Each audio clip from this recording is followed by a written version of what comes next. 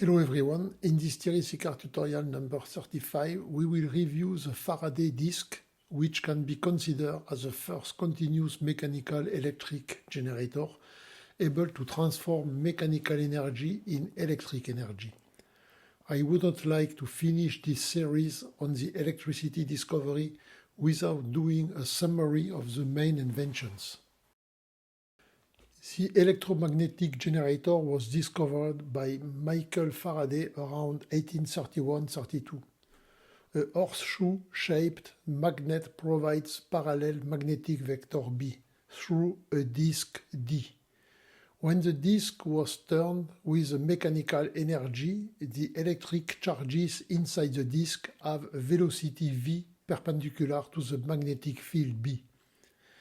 The vector product of V by B gives the electromagnetic field as shown with a white vector.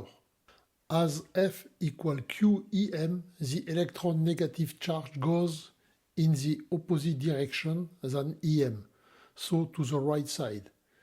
The conventional current in red goes in the left direction. In summary, a current will flow from the center of the disk D to the edge of the disk through a contact M. This current will flow in the load R and will provide an output DC voltage. A simplified picture of the Faraday disk is shown on the left. The blue circle is a magnetic field covering a radius of the circle. The dotted line is a moving disk. The output voltage is measured between the center and the edge of the disk. We started this electricity discovery in -600 years with Thales, then Gilbert in 1600, then Dufay in 1733, then Franklin in 1752. In 1775, Volta popularized the electrophore to charge and discharge a capacitor by doing a spark. I noted Galvani in 1780 with these experiments on bioelectricity. Since Thales in -600, plenty of people was playing with electrostatic by rubbing amber to attract feather or light element. But Coulomb in 1785 is the first one to evaluate the electrostatic force by building its own balance and propose a mathematical formula to calculate the electrostatic force. 15 years later, Volta invents the battery, which is a voltage source able to deliver for the first time a continuous current. In 1820, Ørsted experiment allows Ampere to find the Ampere's law.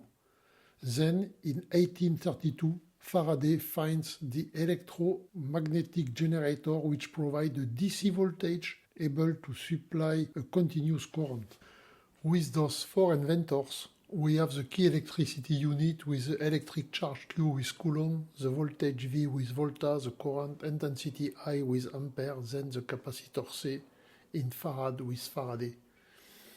At least with three of those four units, we can write Q equals CV, which represents the static charge Q stored in the capacitor C under a voltage V. But with two of those four units plus the time, we can write Q equals IT, which represents the dynamic charges as current, I, is defined as charges going through a section by time unit. So, the capacitor with Q charges will be discharged. If we assume that the current I is constant, the capacitor voltage V across the capacitor C will decrease linearly. Volta was the first around 1800 to propose a voltage source able to supply a DC current by using the chemical energy. With Volta invention, Ørsted was able to see a link between current and the moving magnetic needle.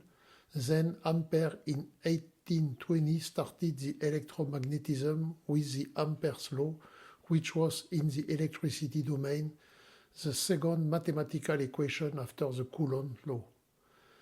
With the help of the electromagnetism, Faraday, around 30 years after Volta, proposes a second voltage source able to supply a DC current by using the mechanical energy instead than chemical energy. So, finally, only 40 years between Coulomb's law on the electrostatic forces and the Faraday electromechanics generator with in the middle Volta and its battery. All that we need now for an electric car was there in 1832. A battery to transfer chemical energy in electric energy, then the electric energy transformed in mechanical energy with the electromagnetic motor. In this picture, we can see the fundamental discoveries in electricity. All the basic was there for the next invention as the transformer and other motor and generator.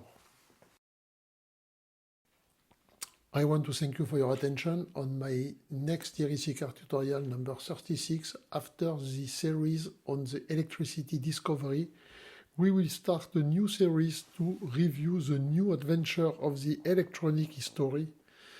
We will talk first of the incredible new electronic components allowing to pass the current only in one way. This is a diode invention. So see you soon and stay tuned.